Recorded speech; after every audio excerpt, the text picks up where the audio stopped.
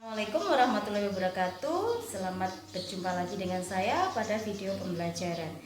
Untuk kesempatan kali ini kita akan mempelajari mengenai sifat larutan, asam dan basa. Kalian tahu sifat asam? Iya, asam saya yakin semuanya pasti tahu apa itu asam. Bagaimana rasanya? Iya, kecut ya. Apa saja yang mengandung asam? Ya, betul sekali. Mungkin jeruk, kemudian buah apel, nanas, apalagi? Iya, yogurt, cuka, ya. Saya yakin semuanya sudah tahu.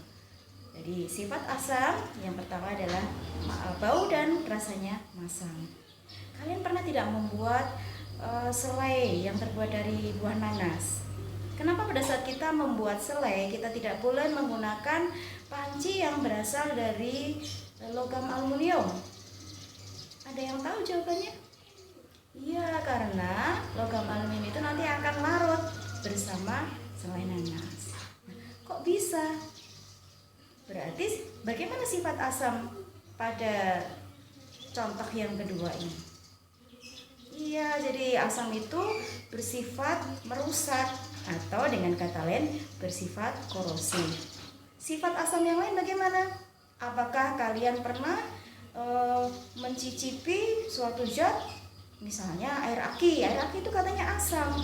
Nah, terus gimana kalau kita cicipi? Boleh tidak? Ya, sebaiknya jangan ya. Jadi untuk zat-zat kimia itu sebaiknya jangan kita cicipi secara langsung, tetapi dengan menggunakan sebuah alat. Jadi untuk mengetahui bahwa itu asam atau tidak, ada tolak ukurnya yang dinamakan dengan tingkat keasaman larutan. Nah, untuk mengukur tingkat keasaman larutan digunakanlah alat yang namanya pH meter.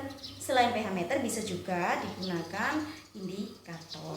Nah, untuk pH meter ini ada skala pH-nya dari 0 sampai 7 larutan tergolong asam dan 7 sampai 14 larutan tergolong basa. Pada pH sama dengan 7 larutan bersifat netral.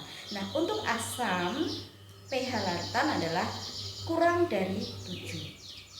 Selain itu, kita juga bisa menggunakan indikator, misalnya lakmus merah dan lakmus biru.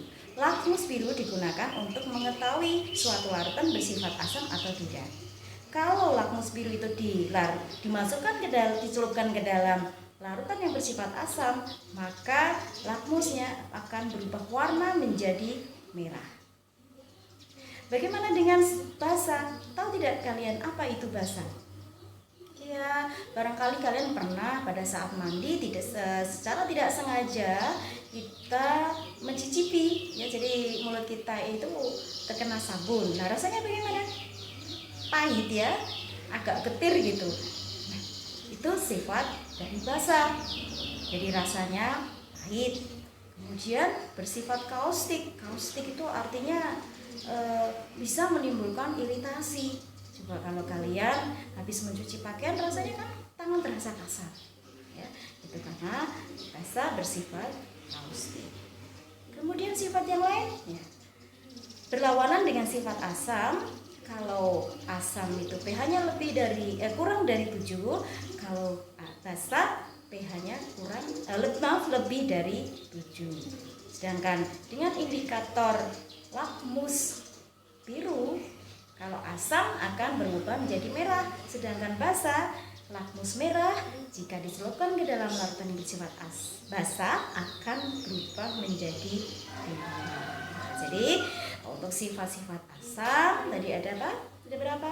Ya, yang pertama bersifat bau dan rasanya masam. Yang kedua bersifat korosif atau merusak. Yang ketiga pH-nya kurang dari 7. Yang keempat dapat mengubah lakmus biru menjadi merah. Sedangkan basa sifat-sifatnya yaitu yang pertama, ya, rasanya agak pahit, kemudian bersifat kaustik, kemudian yang ketiga pH-nya lebih dari 7, dan yang terakhir dapat mengubah warna lakmus merah menjadi biru. Ya, itulah sifat-sifat larutan asam basa. Demikian materi video pembelajaran kali ini.